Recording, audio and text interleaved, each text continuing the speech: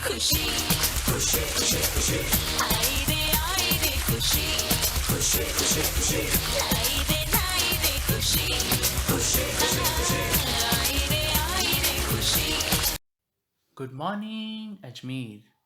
मैं आपका दोस्त RJDS आप सभी का फिर से स्वागत करता हूं आपके अपने FM स्टेशन खुशी FM पर। तो दोस्तों, आज हम बात करते हैं लॉकडाउन की। सरकार ने पहला लॉकडाउन लगाया, फिर दूसरा लॉकडाउन लगाया और फिर तीसरा लॉकडाउन लगाया। और जिस तरह अभी देश में हालात हो रहे हैं ना, पूरी उम्मीद है कि चौथा लॉकडाउन भी लगेगा ही लगेगा। और इस लॉकडाउन का जिम्मेदार आप, मैं और हम सब होंगे, क्योंकि हम कहीं ना कहीं सरकार की बातें नहीं मान रहे हैं और लॉकडाउन के उन नियमों को तोड़ रहे हैं जो कि सरकार ने हमें हाथ जोड़कर मानने के लिए कहे हैं। लेकिन आज मैं मौका दे रहा हूं आपको सच को स्वीकार करने का।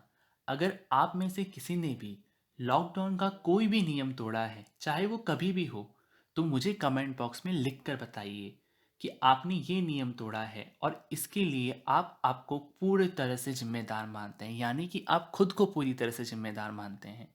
सच को स्वीकारिए, क्योंकि सच को स्वीकारना हर किसी के बस की बात नहीं होती है।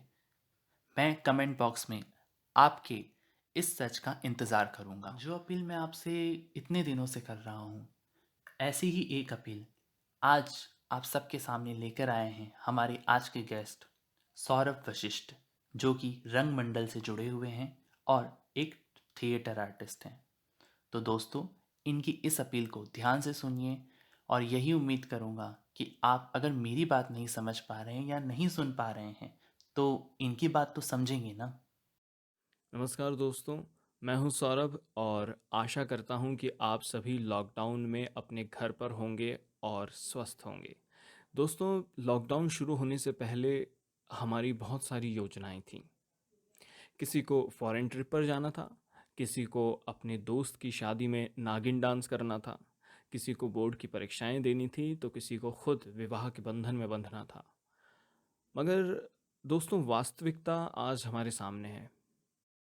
ये महामारी आज हमें बहुत सारे सवाल पूछने पर मजबूर करती है, अपने आप से, प्रकृति से और इतने लाखों वर्षों में समृद्ध हुई इस मानव सभ्यता से। जैसा कहा है किसी ने कि खुदा ने ये वादा नहीं किया कि ज़िंदगी भर फूलों से भरी राहें मिलेंगी। सूरज है तो बादल नहीं होंगे, सुकून है तो दर्द नहीं होगा। दोस्तों, मेरा एक बहुत सतही सवाल है, तो मैं चाहूँगा कि जिस पर आप सभी मनन करें, गौर करें। ये बात हमने इन दिनों अपने आसपास महसूस की है कि क्या अगर हमारा पेट भरा हुआ है और शाम को, रात को आराम करने के लिए, सोने के लिए हमारे सिर पर छत है, क्या इसके बावजूद कोई भी वजह रह जाती है हमें चिंता और फिक्र करने की?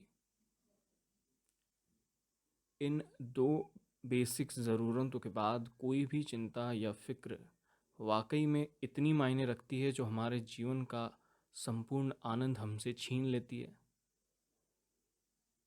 दोस्तों, इस सवाल पर ज़रा मनन करिएगा, गौर करिएगा।